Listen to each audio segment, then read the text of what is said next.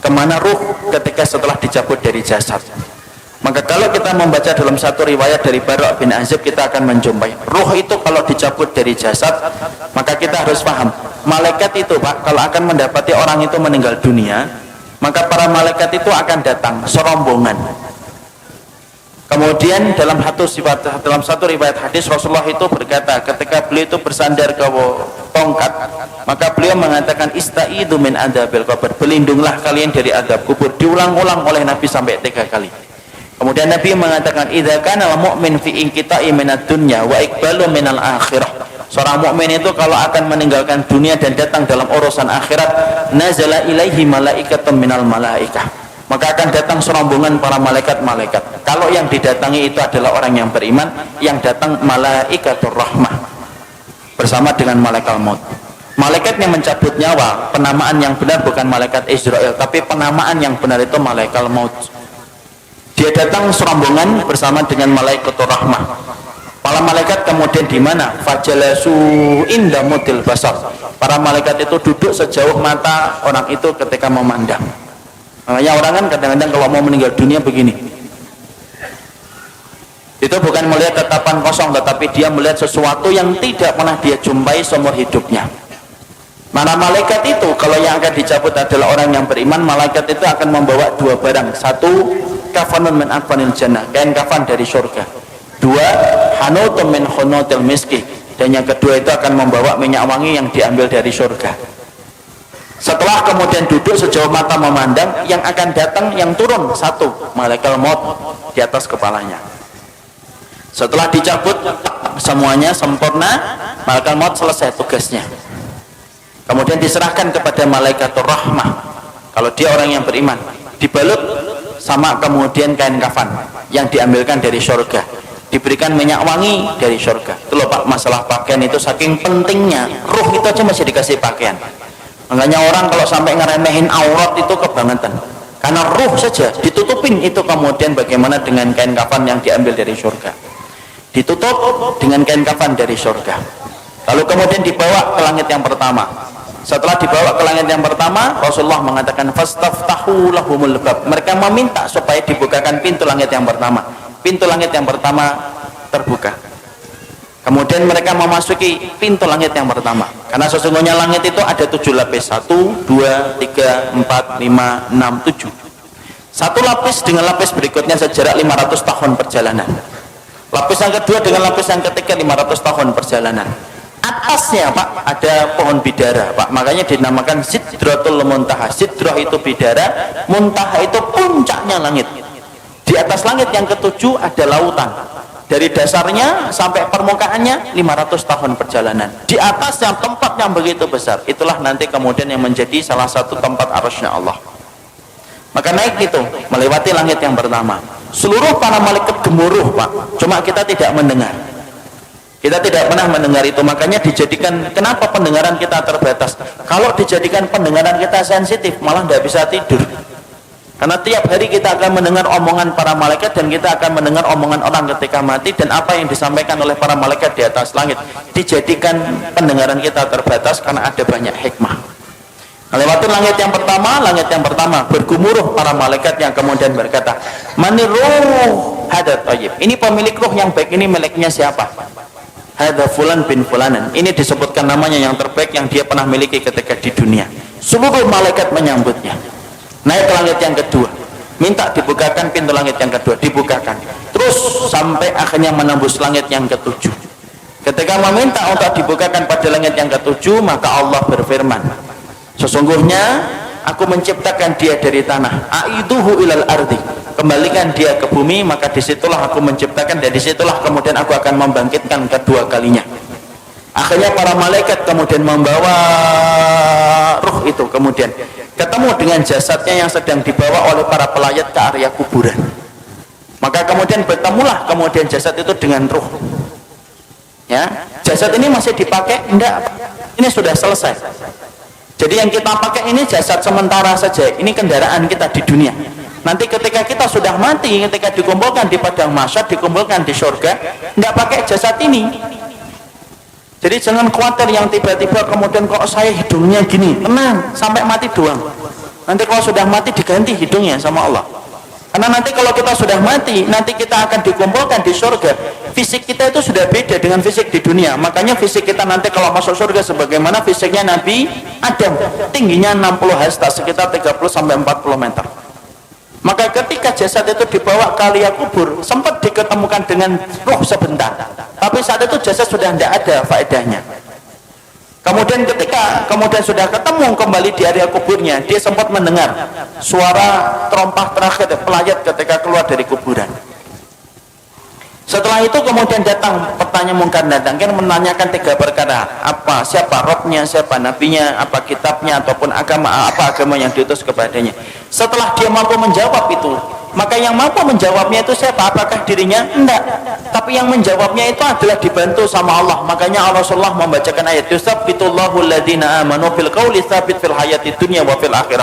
Allah teguhkan orang yang beriman perkataan mereka di dunia dan perkataan mereka di akhirat. Makanya mereka lah yang bisa mengatakan Robku adalah Allah, Muhammad adalah Rasulku, dan Al-Quran itu adalah kitab suciku, dan Islam adalah agamaku. Allah yang menggerakkan di atas langit.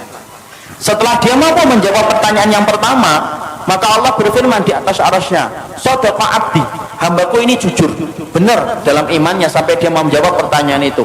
Waftahu lahu baban ilal jannah, maka bukakan pintu antara kuburnya dengan surga. Malaikat membukakan pintu, tidak ada batasan antara kehidupannya di kuburan dengan surga.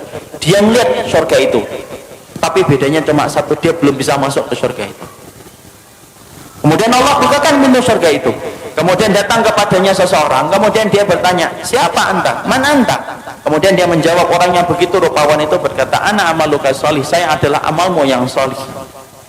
Ini sholatmu, ini puasamu, ini sedekahmu, ini ridhomu, ini takdirmu, maka ini adalah keikhlasanmu, ini infakmu, maka saya akan menemani kamu sampai nanti hari kiamat. Saking senangnya ruh itu kemudian berteriak, teriakannya apa?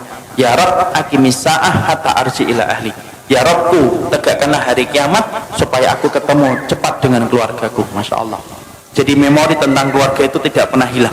Sampai orang ketika di kuburan pertama kali, tidak ada yang dia lupakan kecuali adalah masalah dia bersama keluarga.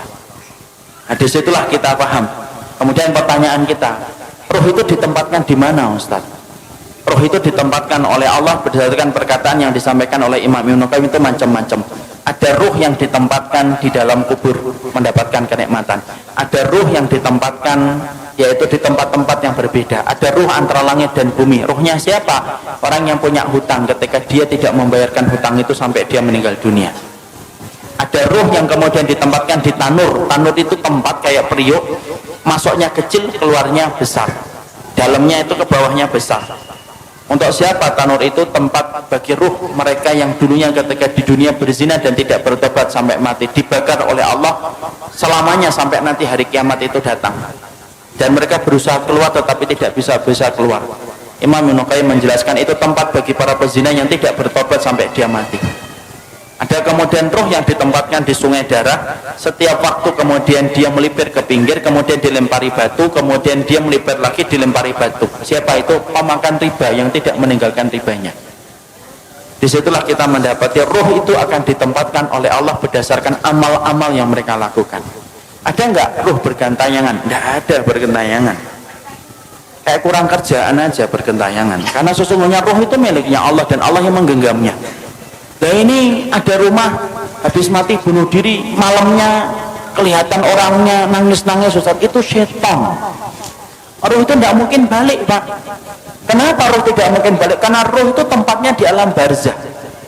Dan barzah itu kenapa disebut dengan barzah? Tembok tebal yang tidak bisa ditembus itu namanya barzah.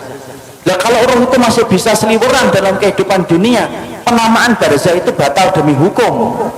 Karena kemudian masih bisa ditembus, makanya tidak bisa balik. Ada tembok tebal, sebagaimana Allah sampaikan dalam surat Al-Mu'minun ayat yang ke-100, tidak bisa balik. Apalagi sampai kemudian balik ngeliatin anaknya, rumahnya. Ya kalau rumahnya nggak dijual, kalau rumahnya dijual kan jadinya sedih. Loh, kok sudah ganti orang ya? Karena nggak ada yang bisa balik, Pak. Makanya ruh itu semuanya ditempatkan oleh Allah berdasarkan amalan-amalan mereka, dan tidak ada ruh yang bergentayangan.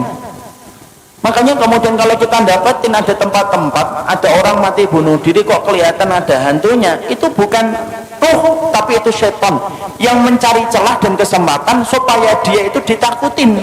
Kenapa setan itu senang untuk menakuti manusia? Karena setan tahu syirik itu mulainya pertama kali ketika takut. Orang kalau sudah takut maka cenderung gampang untuk melakukan syirik. Kalau sudah syirik nyebar kemenyan. Kalau sudah syirik dia akan kemudian korban di situ, di tempat yang dia takutin. Kalau sudah takut dia akan lewat sambil mengatakan, "Kula nuwun Mbah, ngapunten lewat Mbah." Lewat. Itu kemudian mulainya dari ketakutan. Makanya kemudian tidak ada ruh yang bergentayangan, itu tidak ada. Yang ada itu apa? Setan.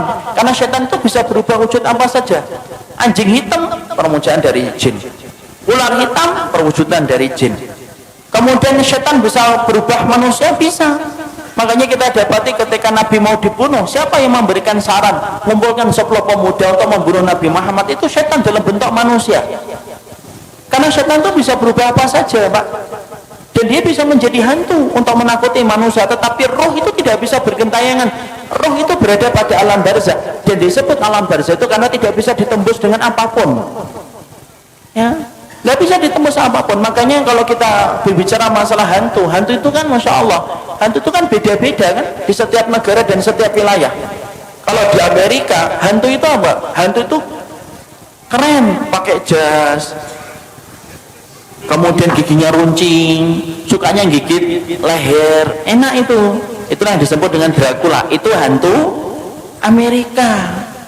Kalau Cina beda lagi, hantunya lompat-lompat gitu. Kalau kemudian ada warna kuning berhenti dia, itu hantu Cina. Kalau Indonesia itu yang paling ini, Indonesia apa? Ngesot gitu ya. Itu Indonesia, Masya Allah. Ini produk karena penjajahan Belanda. Sampai bayangin hantu itu nya langsung gitu loh. Yang paling keren itu ya Amerika, pakai jas, giginya runcing, takut sama matahari. Kenapa kok manusia itu ketika bayangin hantu itu beda-beda? Karena memang hantu itu hasil dari kemudian bayangan kita sendiri. Ketika setan itu kemudian menakuti kita supaya kita melakukan kesyirikan ketika sudah takut. Makanya tidak ada yang namanya roh itu bergentayangan, itu tidak ada, Pak. Kata Imam Ibnu Qayyim, roh itu ditempatkan oleh Allah berdasarkan dengan amalnya. Ada roh yang ditempatkan di dalam tembolok burung hijau. Rohnya siapa? Orang yang mati syahid ditaruh dalam tembolok burung hijau, kemudian rumahnya di bawah arsy. Arsy-nya Allah, mereka tinggal bergantung itu. Kemudian mereka masuk surga di waktu pagi, kemudian pulangnya di waktu sore. Tidurnya di bawah arsy-nya Allah. Ada orang solih ditempatkan di dalam tembolok burung tapi bukan hijau. Dia masuk surga tetapi kemudian dia tidak bisa menikmati sebagaimana para syuhada. Ada roh yang ditempatkan ila rafiqil a'la. Makanya Nabi ditanya, ya Rasulullah, oleh Aisyah, ya Rasulullah, apakah engkau akan meninggalkan kami? Kemudian Nabi menjawab, ila rafiqil a'la, menuju kepada tempat kumpulan teman-temanku yang solih. Itu menunjukkan apa? Roh itu ada tempatnya sendiri. Makanya kalau kita bertanya, apakah roh itu bisa ketemu dengan roh-roh orang lain? Imam Ibnu Katsir menjawab, iya, roh itu bisa bertemu, Pak, selama mereka sama-sama mendapatkan kenikmatan. Tapi bertemunya mereka tidak ada kaitannya dengan kehidupan di dunia. Makanya kemudian Imam Ibnu Katsir itu mengatakan, innal arwah muqassamatun ila qismain. Roh itu terbagi menjadi dua. Ada roh yang mendapatkan kenikmatan, ada roh yang mendapatkan azab. Roh yang mendapatkan kenikmatan, mereka kumpul. Sebagaimana Nabi mengatakan, ila rafiqil a'la.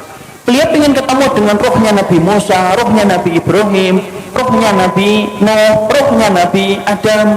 Itu yang dipilih oleh Nabi ketika beliau sebelum meninggalnya dan wafatnya.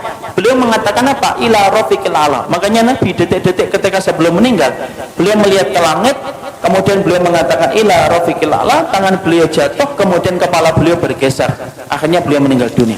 Berarti roh itu kumpul enggak dengan roh yang lainnya? Roh itu kumpul dengan yang lainnya selama mereka sama-sama beriman.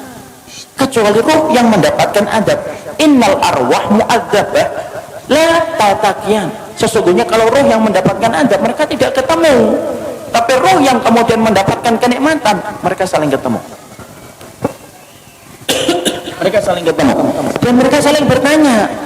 Makanya Imam Ibnu Katsir sampai berkata, roh itu kalau kemudian ada yang meninggal, kemudian roh ini orang yang beriman ketemu dengan saudara-saudara mereka yang sebelumnya sudah meninggal. Mereka saling bertanya, gimana kabar keluargaku, apa yang terjadi, itu anakku sudah punya anak ataukah belum. Dia akan nanya kepada roh yang baru balik ketika sama-sama mendapatkan kenikmatan. Jadi contoh paling kasusnya Pak, ini saya kaji cukup panjang bersama dengan riwayat-riwayat yang saya peroleh dari Imam dalam riwayatnya Imam Qurtubi. Saya ini misalkan dalam rumah saya, ibu saya meninggal 4 tahun yang lalu. Ibu saya meninggal 4 tahun yang lalu. Kemudian ada itu keponakan beliau itu meninggal 2 bulan yang lalu. Ini kalau sama-sama beriman sebagaimana keyakinan dari Ahlussunnah, Imam Qurtubi, Imam Ibnu Qayyim, itu ibu saya insya Allah kalau beliau mendapatkan kenikmatan di alam kubur akan ketemu dengan keponakannya, sepupunya. Dan ketika mereka ketemu, mereka saling bertanya, gimana kabarnya Fulan, gimana kabarnya Fulan, Fulan gimana, bagaimana desa di sana sekarang. Kenapa mereka bertanya tentang keadaan keluarganya dan keadaan kampungnya? Karena mereka sudah terputus kabarnya dari kehidupan di dunia. Makanya inilah yang menjadikan kita akan memahami, ternyata roh itu, dia itu ada yang mendapatkan kenikmatan, dan di antara kenikmatan itu akan dipertemukan dengan roh-roh yang beriman. Sebagaimana kita nanti dalam di urusan akhiratnya di surga, kita akan dipertemukan dengan teman-teman kita yang dulu menemani kita dalam kebaikan ketika berada di surga. Sama, roh pun sama Pak. Jadi di sini kita paham tidak ada roh bergentayangan, tapi roh itu mereka akan mendapatkan tempat yang disebut dengan tempat barzah. Disebut tempat itu barzah karena tidak bisa ditembus dengan apapun, dan roh yang mendapatkan kenikmatan saling bertemu dengan roh-roh orang yang beriman yang juga mendapatkan kenikmatan. Jadi misalkan di sini di Tangmangu ini, kalau ada yang sudah meninggal gitu, kalau yang meninggalnya baik, ternyata di kuburan dia mendapatkan kenikmatan, ada saudaranya juga yang meninggal lebih dulu kemudian mendapatkan kenikmatan, itu saling ketemu. Itu saling ketemu deh. Dan itu mudah bagi Allah. Makanya Imam Ibnu Katsir itu menyampaikan, itu mudah bagi Allah karena itu merupakan bagian dari kenikmatan yang Allah berikan sebelum mereka menunggu urusan akhirat ketika kiamat ditegakkan oleh Allah. Nah itulah yang menjadikan akhirnya Masya Allah ya, sedemikian masalah roh itu.